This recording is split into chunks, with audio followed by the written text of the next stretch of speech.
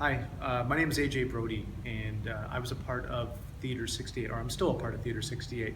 We've since moved. We used to have this exact space for 10 years. It's kind of odd coming back and looking around and being in the space again, because there was definitely an energy. There were some really eerie stories, to say the least. Sometimes we feel people Watching walking into the booth and no one's there. I went to one of the classrooms, I don't remember which number it was in the corner over there. When I opened the door, I could swear someone was whispering, talking behind me. It was like a full sentence. It wasn't just like a quick thing. And it was clear enough that I turned around to respond and be like, I'm sorry, I didn't hear what you said. And no one was there. Something spoke. I heard that. The air conditioner's turned off in this room, but there's air coming from underneath this door right now. Oh yeah, I feel it. Like strong. Oh, that's strong air. Yeah, the air's completely off. It's been off all night. I can hear it. Yeah. It's like so quiet. Where over here, this is so strong. A couple months ago, in the middle of the summer, I was locking up training center, and I was going to lock the door into the theater, and I got a feeling like somebody was in here watching me, like a creepy feeling, and I kind of look in the corner of my eye. I swear I saw a man standing at the training center reception desk, and I had that moment of freak out where I looked back and then I jumped, and I looked and he was gone. I had done a rehearsal at Sunset, and Cassie, you were doing the tech in the booth, and when I left, you were like working and working on the computer and stuff. And I was driving home and I realized that I'd left my laptop here in the theater, so I drove back and parked, came down, and I got my stuff, and I heard the clacking, like the computer keyboard was clacking, so I looked up, I was like, oh hey Cassie, hey, I'm just picking up my stuff. And I didn't hear anything, but I kept hearing the clacking, so I assumed that you were at work. And so I was going up to leave through the training center, and I just went and I poked at my head in just to say hi and to maybe talk about some tech stuff, and it was empty. Like the entire, the thing was empty, so I snuck out.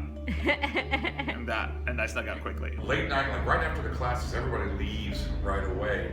The hallways are empty. There's usually garbages that prop open the doors, so it just feels really empty and spooky. But as I'm walking, I'm hearing laughter. Like somebody's chuckling or something. Not like a whole class laugh, but like some laugh. So I'm thinking it's either notes, somebody's giving notes in there late night, or maybe it's a Herald team or something like that. And it was this door right over here, but the garbage can was propped. Usually at that time, it's before we had the kickstands, they keep the garbage cans just to keep the door propped open. So I thought, that's odd. Who's in there with the garbage can propped? They probably shouldn't be in there. So I kind of peer in, and there's nobody in there. When I'm in the back hallway to the green room, just flip on the switch, I feel this weird energy as I'm walking down the hallway to find the light switch.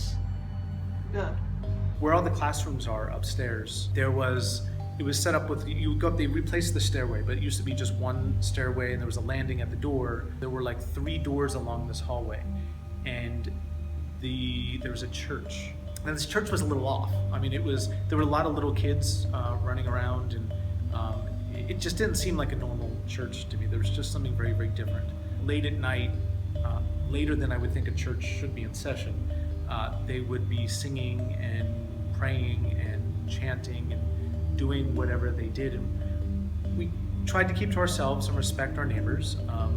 We hoped that they would do the same, but started getting very aggressive toward us and purposely playing their music very, very loud in the middle of our shows. And there was a night in particular where we were doing a show and they got really, really loud.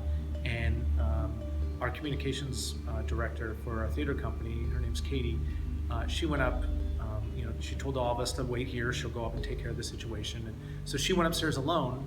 5 minutes went by, Katie didn't return. 10 minutes went by, Katie wasn't back yet. And then we're like, okay, something is wrong. We went upstairs to find out where she was at, and we went up the steps, and the steps were very old and rattly and echoed when you walked up them. They were metal.